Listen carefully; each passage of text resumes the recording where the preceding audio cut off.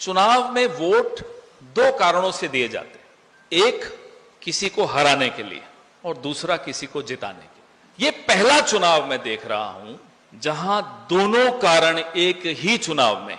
जब बटन दबेगा वो इतने गुस्से में दबेगा कि हमें तो अब चुनाव आयोग को ये कहना पड़ रहा है तब मजबूत मशीनें भेजना हरियाणा में, टूट न जाएंगे।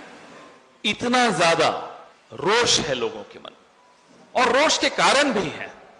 भारतीय जनता पार्टी हरियाणा में ऐसा लगता ही नहीं है कि कोई पार्टी है, ऐसा लगता है कि कठपुतली का एक मंच है जिसके धागे दिल्ली में हैं।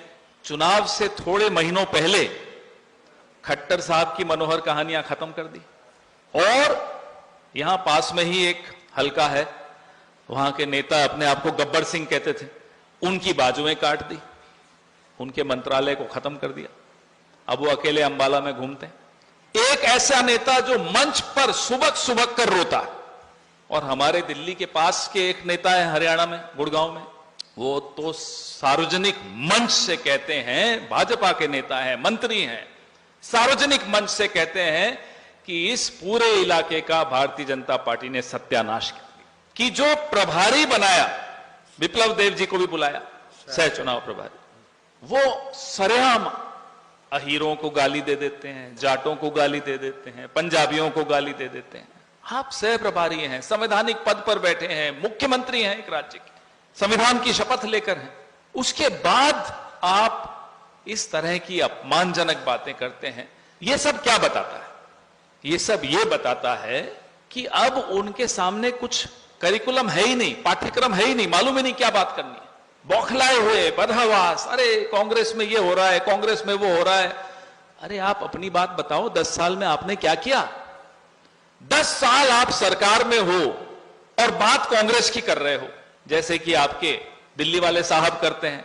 10 साल से केंद्र में बैठे हैं, प्रधानमंत्री हैं, बात नेहरू जी की करते हैं। अरे अपनी बताओ ना, क्या किया 10 साल में? क्यों हरियाणा को नंबर 1 पे ले आए बेरोजगारी में? क्यों पर्चे लीक हुए? क्यों महिलाओं की सुरक्षा पर आप खुद केंद्र सरकार के आंकड़े बताते हैं कि महिला सुरक्षा में एकदम पिछड़ गया है हरियाणा? क्यों हुआ ये? इसका जवाब तो कांग्रेस नहीं दे सकती ना, इसका जवाब तो आप ही को देना होगा। 9.5 साल एक आदमी को आपने मुख्यमंत्री बनाया, हमें तो यही नहीं समझ में आया, पूरे देश को नहीं समझ में आया, बनाया क्यों था? अब दोस्तियां तो होती हैं राजनीति में। तो आपने एक व्यक्ति को हरियाणा में बिना किसी कारण के मुख्यमंत्री बनाया और फिर गायब कर दिया। अब पोस्टर से भी गायब हो गए।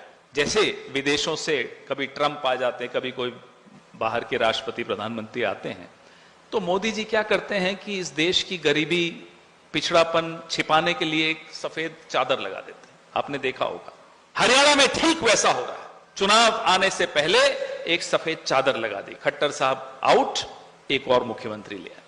तो आप पिछले 10 साल का जो आपका लेखा जोखा था, जो आपकी नाकामयाबियां थी, जो विफलताएं थी, जो फेलियर्स थे, उसको आप ढक तो नहीं पाओगे, क्योंकि वो नाकामयाबियां हर घर ने, हर व्यक्ति ने, हर परिवार ने बर्दाश्त की है।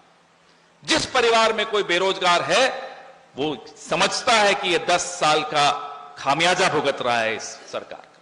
जिस परिवार में ये चिंता होती है कि घर की बेटी या बहू बाहर जा रही है, शाम होने वाली है, सूरज ढलने वाला है, अभी तक नहीं आई, चिंतित हो जाते हैं। वो खामियाजा है 10 साल के कुशासन का।